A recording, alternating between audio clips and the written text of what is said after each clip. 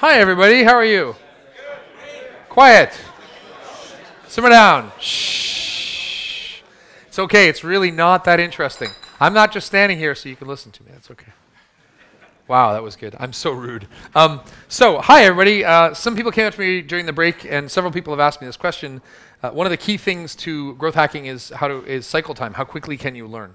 Because your one competitive advantage against larger players is your ability to iterate more quickly. You're not constrained by rules. You don't have as much to worry about. And so I want to tell you a couple of stories. I mentioned the idea of Uber and how Uber was able to develop its business by getting in a car and driving around with its target customer and asking questions. They could literally pay someone $30 to listen to the pitch. That's actually about cycle time. They can get out and they can try their pitch each day and they can improve it and see if it works. Ben, my co-author, was part of a company called Go Instant that got bought by Salesforce for $76 million after 11 months with 12 employees. He is the smart one. And Ben left Go Instant. He left Salesforce, leaving millions of dollars on the table to go to a new startup none of you have heard of called Garage Sale. That's Garage Sale with a V. And they're doing so well they don't need to tell anybody.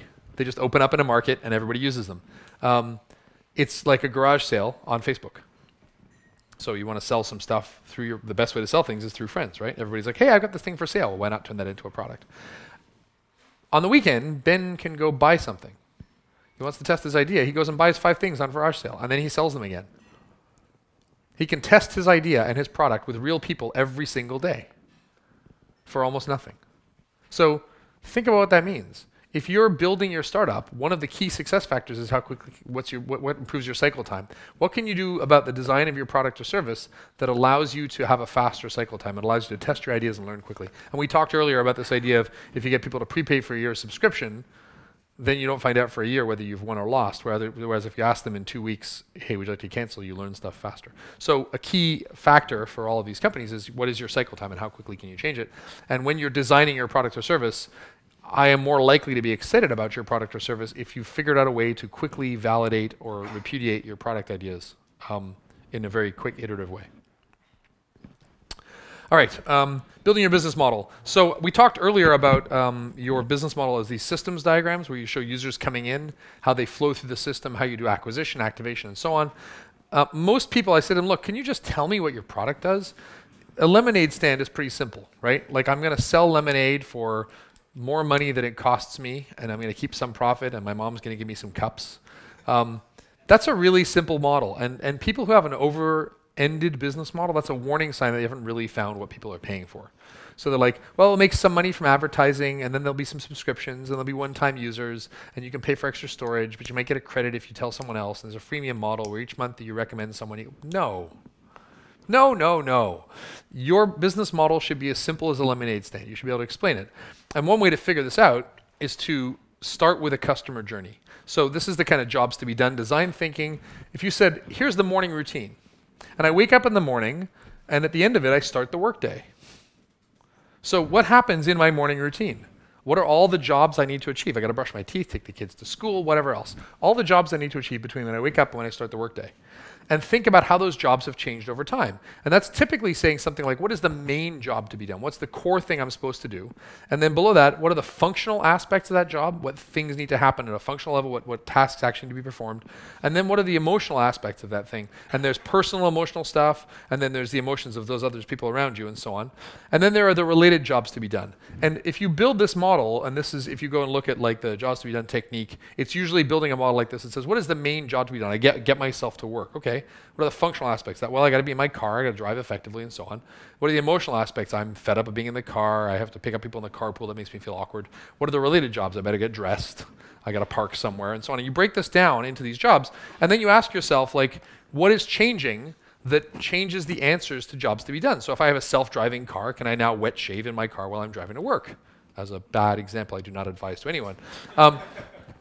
But this is where, yeah, I love the fact that it's actually a straight edge razor, right? So really dangerous. But this is figuring out what the product or service's business model is. Here are the jobs to be done. Here's the functional diagram that shows how I'll make money out of it. You guys know what they call a product or a service that doesn't have a business model? It's called a hobby.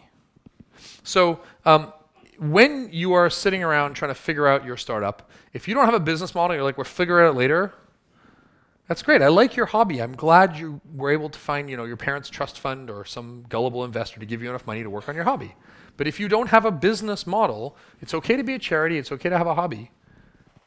Don't tell me you're going to make it up in quantity later if there isn't a way for people to make money off you. Yes, there are some unicorns out there like Instagram, which have no real business model but get acquired for lots of money. It's very unlikely you're one of them. I wouldn't bet on it. I mean, you can call me from your yacht and yell at me if I'm wrong, but it's very, very unlikely. So what is your business model? And I don't mean business plan. Business plan is like financials and projections and SWOT. It's all these things that an investor will ask you for. As I said earlier, asking for a business plan before you know your product is like asking Columbus for a world map before he leaves Spain. You need to come up with a business model, which is people will do this thing, they will perform this job in return for this money, and I will extract that money and I'll use some of it to acquire more people, and the thing will sustain itself. We do not spend enough time as startups thinking about our business model or thinking about our go-to-market and customer acquisition strategy. We spend way too much time thinking about which buttons we should use and what color they should be and where they should be located and what our landing page should look like and what our Twitter handle should be. And we should be spending much more time on other things. The companies that fail are the ones that focus on the wrong things. The ones that succeed are the ones that have a business plan. They're the ones that, or a business model, I mean. They're the ones that think about customer acquisition and recognize that attention is the riskiest thing. Let's talk about the staff for your company. So there are a few things I care a lot about in companies. Dave McClure, he of Pirate Metrics fame, said that every startup needs to have a hacker, a hustler, and a designer. I would agree, but I think there's actually one missing. And many of these slides have like URLs that you'll get if you get the slide deck from your Urinin team. But there are blog posts written about most of these topics that go into much more detail. So in a startup environment, the hacker is the person who makes it real. But they're not an engineer. An engineer makes it real. A hacker makes it real using a lazy angle. Right? It's somebody who finds that shortcut. They build on top of a framework instead of starting everything from scratch. An engineer can fix that later. But a hacker, their job is to build you the thing that will let you learn, not the final product. The hustler builds buzz, finds deals, gets customers, often has domain expertise in a particular industry. The designer is the person who compels or delights or engages, not just designing the UX, but designing what is the tagline on the email that goes out? What is the tone that we take with people? Do we use conjunctions or full sentences? There's a lot of stuff that goes into the experience you're trying to build. And the analyst tracks growth and keeps you honest. So I think Dave forgot the analyst as a fourth growth. And I don't mean you need to have 4 employees to start the company, but I mean you need to be able to put on these 4 hats. Companies that don't have these 4 roles, whether they're played by one person or several people, tend not to do well. You can promise something, but you can't build it. You can build it, but it looks terrible. You can launch it, but you have no idea whether it's successful. So you have to have these 4 hats. Some people I know even go as far as to say, today is my hacker day, today is my designer day, today is my hustler day, today is my analyst day. You have to be thinking about those 4 roles to succeed. Something else I learned, and I learned this about myself, is there are 3 kinds of CEO.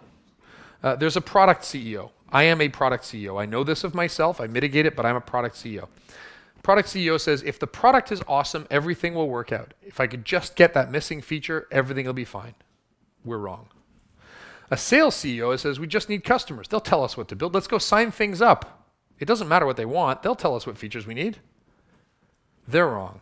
And a finance CEO says, if we can just get the model right, the business will run itself. Let me show you my 75-page spreadsheet with functions and macros. All of these people are wrong. The reality is you need to know which one you are, and then you need to find really good partners to do the other 2. So the first thing I do if I start a company is find a really good sales CEO and a really good finance CEO, or a really good VP of sales, really good CFO. But if you don't know which one it is, these are all true together, but they're wrong individually. It's easy to tell which one a founder is 6 months into the company. Because there's one thing they talk more about, they brag about, and the other 2 are ailing, and they try to sweep it under the rug. Our product is awesome. Why don't you have engagement? We just have this one more feature, and then we're going to turn on the fire hose, right? Or our business model is awesome. Why aren't your numbers doing that? Well, we're working there, and they're trending upwards, but we haven't quite got there yet. But let me show you how when this hits this thing, will trigger what? Or a sales CEO. We have 75 customers. What are you selling them? 75 different products. Is that a problem? No, it's easy. Engineering will take care of it. Another thing that I've learned about the Valley is these 4 letters, TY and YT. These are the 4 letters that run Silicon Valley. And most people I know who've been to Silicon Valley and come back and looked all confused and wondered what just happened, this is why. The first thing is the 5-minute favor. Hang on a second. I'm going to change this. I think I made a typo. I wouldn't want to subject you to that. Oh, no, that's right. Okay. I'm going to change this order. There we go. So the first thing is, are you there? YT is like, hey, are you there? When I ask someone, are you there? And they reply on I am, yes, I am. Oh, you should come work for a new company. What? Okay, I'll see you next week. The number of hires and recruits that happen this way in Silicon Valley mystifies everyone. Like, I have 10 friends that I know and I'd love to work with, and if any of them called me or I called them and they were like, hey, you need to come talk to me in this new company, I'd be there tomorrow. I'd get on a plane, I'd go do it. And recruiters have no idea about these underground networks. They're entirely based on reputation and all that other stuff. But those two letters, YT, drive all of your ability to hire the right talent. And this comes down to social capital, it comes down to connections. But if I can fire up a chat and go, hey, you there? Yes, I am. You should come work here. Okay. Recruiting's like, we just lost our CTO. I have no idea why. So the first thing is the churn that happens in the Valley is almost entirely based on back channel. Recruiting doesn't really work. It's all word of mouth. It's all somebody knows a guy. It's all somebody had breakfast at Buck's in Woodside and all of a sudden they went to a new place. The part that's really mystifying is the 5-minute favor. So does everybody here know what the prisoner's dilemma is? Prisoner's dilemma is a famous example of game theory. Let's say Jeroen and I are arrested for robbing a bank, but they can't prove anything. But they did see us driving away really fast, and they're going to charge us with driving really fast, which has a year-long sentence, as opposed to robbing a bank, which is a 10-year sentence. So they take us into separate rooms, and they say, Jeroen, you're going to jail. But if you rat out Alistair, we'll let you go. If you don't rat out Alistair, we're going to send you to jail for 1 year. They take me aside, they go, Alistair, you're going to jail. If you rat out Jeroen, you'll go free. If you don't rat him out, we're going to give you a 1-year sentence for driving fast. So both of us have a choice, right? We can either rat out or not rat out. However, what will always happen is I will rat out Jeroen and he will rat me out. And we're going to jail for 10 years each, which is a total of 20 years. So if you look at this system, the system has 3 possible outcomes. 1 year and 1 year for a total of 2 years. 10 years and no year, or 10 years and no year for a total of 10 years. Or 10 years and 10 years for a total of 20 years. The best outcome for the system is that neither of us rats the other out, and the system as a whole experiences 2 years of time in jail. But what this guy, Nash, actually the guy he's playing, Nash, realized in a beautiful mind is something called the Nash Equilibrium. And it has to do with game theory and how people work when they're presented with these kinds of dilemmas. And in the assumption that you and I will never work again together, and it's a one-time engagement, I will always rat him out because the economically rational thing for me to do is I should probably rat him out because I either get 0 or 10 years, and I got to go for 0. I'm not going to get the 1 because he's going to rat me out, because I'd rat him out, because he's going to rat me out, because I'd rat him out, and it keeps going like that, and that's called a Nash equilibrium. It's very depressing. Humans suck.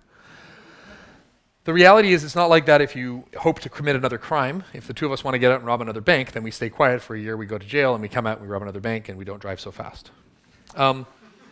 However, Silicon Valley behaves according to a prisoner's dilemma. Let's say that instead of going to jail, Jeroen and I want to help one another. Jeroen would really like to meet Stephen Harper, the Prime Minister of Canada. I would really like to meet some Dutch royalty. Now, I could work for 2 months and finally get an audience with the king or queen.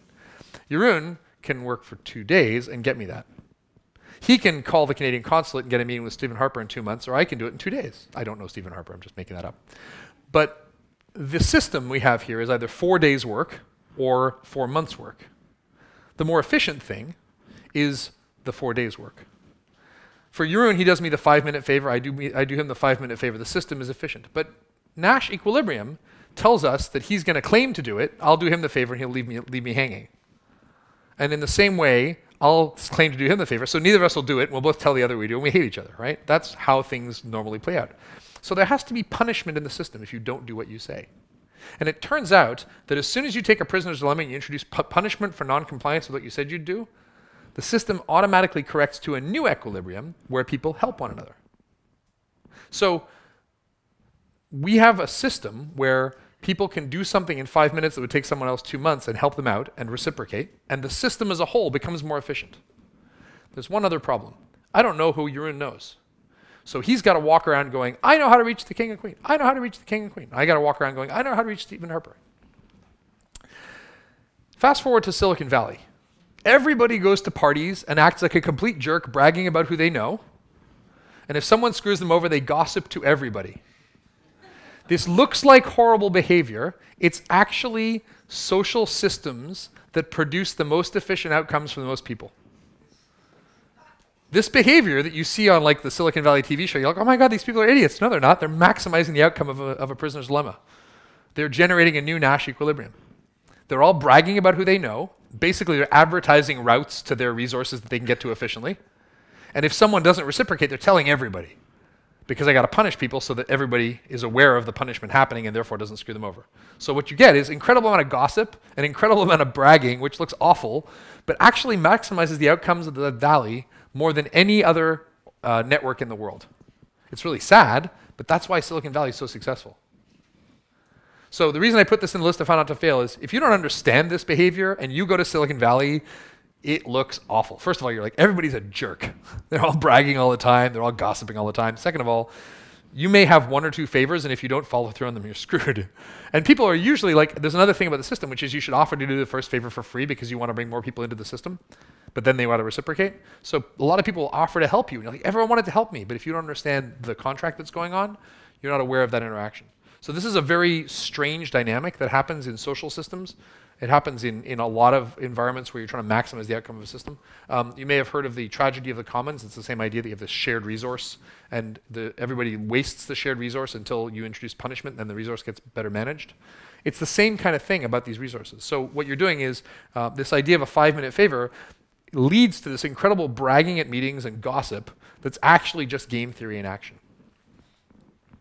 Sorry, it's really depressing, but that's how it works. Some stuff you need to know about advisors and boards. Ask yourself, first of all, why do you have your advisors? You have your advisors to help your company. And a lot of people are like, oh, I got this advisory board. Why? What are they there for? Everybody's got advisors. They need to earn their keep. You can fire advisors. You need to make the expectations explicit. I expect you to introduce me to a customer a month. I expect you to review my financials and find weaknesses in them. I expect you to tell me how my competitors are doing. I expect you to introduce me to 5 VCs during a fundraising round. If you haven't set that, you wouldn't hire someone without giving them a job description. Why do you have advisors without giving them a job description? Manage your advisory board. They're not there to make you look nice. They're there to do something. If they're there to make you look nice, great. Tell them to write articles about you or pose in front of cameras. I don't know. But they need to earn their keep. Give them options. Don't give them shares. Give them options. Those options should vest over several years with a 1-year cliff. So if you show up and you do work, you will earn those options. I can fire you at any time. If you give options to your advisors and they leave, your cap table gets messy. It's harder to get acquired. If you say, I'm going to give options to my advisors, they earn 1/48th or 1/24th of their option each month, but they don't get any until 6 months. Then if you have to fire them after a couple of months, you don't mess up your cap table. Options are good incentives. Give them a lot, give them options. When you talk to investors, you'll find that investors are sociopaths. When you have a board meeting, I've had investors like yell at me and hug me in the same meeting. It's because of this. An investor has their own investors. Investors have what are called limited partners who put money into a VC fund, and they try to use that money and allocate it wisely. Investors are sociopaths because they're trying to decide whether you're a rock star or the living dead. At every meeting, if you're the rock, they invest in 10 companies. One of them is going to do well, 9 will be dead. They want to know, are you the one that does well or the 9 that will be dead? If you're one of the 9 that will be dead, they want to kill you right now, take your money and give it to the rock star. If you're the rock star, they want to celebrate you and give you all their money. But they don't know what you are. So they're constantly waffling between you, the rock star or the zombie. They have no idea. So they look like sociopaths because their bosses are like, you better double down on the one that's good. So any little tiny cue they can find in a business for which they're not the expert, they're constantly trying to figure out which one you are. A couple of other things. Marketing is not a bad word. I talked earlier about Sergio Zyman, this idea of doing more things, which is like increasing inventory or gifting, to more people, making it viral or low incremental costs, for more money, which is maximizing shopping carts, more often, which is getting a loyal customer base that keeps returning, and more efficiency. And when you are looking at growth hacking, you will find that your growth problem is probably a marketing problem because growth is out of your control. Product design, within your control. Even hiring and firing, within your control. Growth, probably out of your control. It's based on the opinions of others, which sucks. So I'm going to talk to you about something called a message map, and I'll end with this. This is a really useful tool I found. And this is how I like to go work when I'm working with customers. This is how I like to think about building marketing messages. So a message map is, I'll do this in a marketing campaign, I think. So a message map is basically understanding how to get your customer from an initial, hey, it's anyone in the world, down to someone who bought my product. And a lot of times, startups have a hard time crossing the chasm, if you've read the Jeffrey Moore book. So let's say, for example, that I'm Honda, and I'd like to sell you a Honda hybrid car. And the first thing I say, there's everyone in the world, of which there's a segment called people who need a car.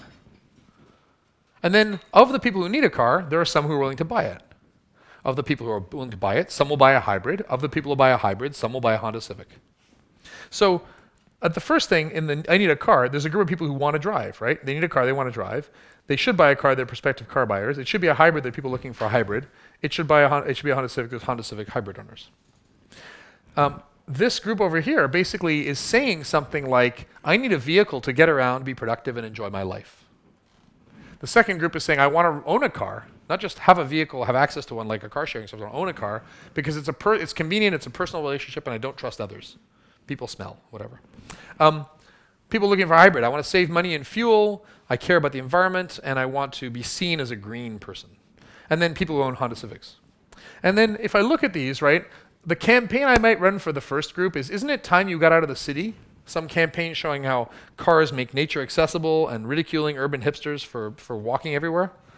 Down here at the second one, I might run an ad showing how cars are needed at urgent times, like pregnancy, urgent business, how a car is your personal assistant. You shouldn't trust other people with that vehicle. You might need it at any time. My campaign down here might be urgency, like every time you drive a non-hybrid car, you kill the planet just a little bit more. Or buyers who've saved money on their gas. And down here, I might say Honda branding, Honda-specific models, and so on. You'll notice that the campaign I run up there is very, very different from this campaign. There's no point in telling that person isn't Honda great if they're not going to want to buy a car or drive a car. Now, down here, for Honda Civic owners, I might do a follow-up satisfaction campaign to see if they're working. But looking at this thing, there are people who don't fall into this funnel. So the people who say, I need a car, there's those who don't need cars. I'm too young to drive, I'm too old to drive, I can walk or take public transit. There's those who are car users that won't buy. Car's too expensive, I'm just going to use a shared service, my car will get stolen. There's those who won't buy hybrids. Hybrids are gutless. The batteries are toxic and explosive. In the end, it costs more than it saves. And then there's people who buy another brand. I buy domestic. I've always driven a Volkswagen. Toyotas are reliable. I want something prestigious. These are the objections, right? What we're doing is forming a map of the mindset of our target market. So for this thing, I then say, what might the campaign be? I'm too young to drive. Great. Honda, sponsor a driving school. I'm too old to drive. Run a campaign called Give the Gift of Driving to target grandparents. I can walk or take public transit. Public relations on the dangers of commuting and pedestrian deaths. Car users who won't buy. I'm going to do financing and cash back. I'm going to sell to car sharing services, or I'm going to underscore their limitations. I'm going to do theft warranty tracking services or high-end locks. For hybrids that are gutless, independent tests of standard metrics, lab research and studies, ROI calculators, battery replacement programs. Down here, I'm going to prove that Honda hires US workers to deal with the objection of buying domestic. Time to leave Germany ads, spontaneous acceleration stories about Toyota, or a premium brand like Acura. And so what you see from this, if I put all this together, is that you've got a pretty significant map of the mind of a customer from everyone in the world down to someone who bought your product. Most startups spend a lot of time on this. When you've crossed the chasm and you've actually made it to the point where you're a big, serious vendor, you think about this whole ecosystem. And the target campaign up there at the top may be entirely different from the one down here. So as you get more sophisticated, as you get into the scale stage of growth, you need to start thinking about your marketing message map like this. This actually build this out. What are the key decision points or inflection points or criteria that someone has to go through between being an anonymous person and someone who actually has bought your product already? And then come up with all of the tactical marketing activities over on the right to move them through that funnel. One last thing on marketing campaigns. So I get a lot of people asking me if I'd help them with their marketing campaigns, especially PR and marketing communication stuff. And I ask them like 3 questions, and they usually go, thanks, Alistair, we're done, we can go now. The first question I ask them is, who are you targeting? I want to know, who is your target market? What is the size of that market? How reachable is that market? How is the market homogeneous? So it better be big enough, a better way to get to it, and the people within that market better have the same set of needs. There's something about them that makes them different from others that I can target. Okay, you've told me your market. Tell me what you want them to do. A lot of times people don't have an answer. There's a specific measurable call to action. And then, that's great that you want to do that. Why on earth should they do it? My favorite quote from a salesperson I worked with is that people do things because they want to get laid, made, paid, or afraid. Laid means sexy. Hey, look at me, I got this cool new toy, I have an Apple Watch, right? Paid is I got money. Made is I have referent power in the organization, I have leverage over you. And afraid is like, I'm terrified, protect me from danger. And the message has to fit their mindset. You can't combine these. If I say I love you, but if you leave, I'll kill you, that's just creepy, right? You have to have one of these that's the focus of your campaign. And then you say, how will you know if they did it? Because you obviously need to learn and track this stuff. And so that's all about analytics and instrumentation. And at what point will you decide if it worked or adjust? This diagram is everything you need to know about marketing campaigns. Let me give you an example. I work on a lot of conferences. I've done this work for conference organizers where they say, we need help with conferences. I say, okay, who are you targeting? Well, we have 3 audiences. We have the people who want to speak at the conference, the sponsors. We have the attendees who want to listen to stuff, and we have bloggers who want to cover the conference. Okay, great. What do you want the sponsors to do? We want them to buy sponsorship. Okay. What do you want the attendees to do? Well, we want them to buy a ticket, and we want them to tweet about it. What do you want the bloggers to do? Well, we want them to write a story. Okay, there's 4 campaigns, right? So there's sponsors sponsoring something, there's attendees coming to the conference, attendees tweeting about it, and bloggers writing about it. Why should they do it? Sponsors should come here because leads. Sponsors should come here because thought leadership. Why should the attendees come? Attendees should come here because it's good for their career. Should come here because they'll meet their friends. Should come here because we have really good drinks. Why should the bloggers do it? Because it'll be a lot of easy stories. Because we'll give you a really nice tote bag. So you write these on a wall, and literally within a couple of minutes you have like 30 possible campaigns because you've been disciplined and structured about identifying the people, the actions you want them to take, and the reasons why. Now that you've got that list of 30 possible campaigns, you go through and say, what is the metric for success? Did the blogger write a thing about us? Did the sponsor spend more than $5,000? Did the person buy a ticket? It's measurable. And now these basically are little campaigns, and I know what they are. And I'm disciplined about knowing them and measuring them and see if they work. And I'm like, okay, we're going to run this campaign for 2 weeks, and then we'll reevaluate if the AdWords spend is good or if the emails we're sending out to sponsors are getting open and so on. Most people don't ask these questions. Who are you targeting? What do you want them to do? Why should they do it? It is amazing the number of people who say, help me with a press release. Okay, who are you targeting? I don't know, I'm writing a press release. Who's it for? What do you want them to do? Why should they do it? I don't know, I was told to write a press release. Stop writing press releases. Start hacking markets. Find a reason why you're doing something. This is a horrible, horrible problem. We do marketing awfully. So growth hacking is about, I have a behavior I want for a target market. I'm going to give them I've got a thing that I think will cause them to do it in the future. I'm going to optimize that. This is just how marketers should be thinking. And so when people do this stuff, when they build message maps, when they take this approach to building proper marketing campaigns, when they actually think through how do you get users to do things, that's when they're starting to hack growth. Because they're understanding customer development, they're understanding the mindset of the customer, they're moving away from, can I do it, and they're moving towards, will anyone care? And almost always, the risk in your company is, will anyone care? So that's where you should be spending most of your time. I have a question about that. Yes? There's one big thing in the beginning which depends, all the other stuff depends on, which is who are you targeting? How did you iterate who you want to target? Who's your ideal customer? So this was about building a marketing campaign. There's a process behind that that says we target this, and that would be customer development and so on. You'd spend a lot. I'm just saying, like, we have a conference now, we have a product to sell, who are we going to target, right? If you're running experiments, you would find another way to target those. So you might try a simple call to action, like sign up for this mailing list or tell your friends about it or whatever, that you could try that simple call to action, not the full-fledged thing, to see, can I reach different markets? How expensive is it to get to them? How many of them will actually do what I ask? So you find a simpler proxy for the bigger thing you're looking to do without a full-blown campaign. So I'm going to wrap up with this. Lloyd Nelson famously said, "The most important figures one needs for management are unknown or unknowable, but successful management must nevertheless take account of them." In other words, you're all screwed, data won't help you. But I'm going to tell you a story about Archimedes. So Archimedes was a famous scientist in the Greek era, and he did a bunch of work for this king. And one day the king said, "Hey, Archie," he called him Archie. "Hey, Archie, I have this crown, and I think someone ripped me off because it feels kind of light. I gave the guy some gold. He made me a crown, but it's an irregularly shaped crown. It's not a cube or a sphere, so I can't really measure its volume. So I don't know the density, so I don't know if I got ripped off or not." And Archimedes was like, "Let me check, kingy." Because maybe it was an alloy. The guy made it bigger. It weighed the same, but it wasn't dense, so the guy melted down some silver and made it bigger, but it's half silver, and he wouldn't know. And so Archimedes went home to think about this in the bath, and he climbed in the bath, and the bath water went up, and he went, "Oh, eureka, I've got it. Displacement of water in the bath allows me to measure an irregularly shaped solid like Archimedes or a crown." That's not actually what happened. He actually had a whole measuring apparatus and so on.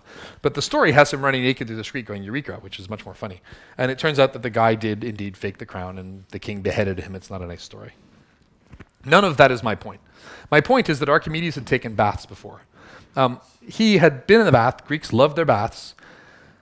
But he never had a question. And once the question was there, the answers were all around him. Once that question of how do you measure an irregularly shaped solid was there, the answers, he literally was sitting in the answers. The problem is not a lack of information. We have way too much information. The problem is a lack of good questions. Once upon a time, a leader was somebody who convinced others to act in the absence of data. Today, a leader is the person who knows what questions to ask. So the hardest part, whenever we sign these books, we always sign ask great questions. The hardest part is asking the right question. Once you know the right question to ask, thinking subversively, being disciplined about attention, knowing where your biggest risks are, once you ask the right question, the answers are all around you. We've never lived in an era where there's so much information available abundantly for free. It's just a matter of asking the right questions. It's the hardest thing to do. It's also the reason why you deserve the money if you're successful as an entrepreneur. You deserve to fail if you're not, is because you did or didn't ask the right questions. Once you ask the right questions, the answers are all around you. So if you have any questions for me, I'm the one at the bottom that's not as smart as Ben, but I'm acroll@gmail.com or @acroll. And I think you want to do some Q&A stuff now if you've got a few questions? Yep. All right, cool. Thank you.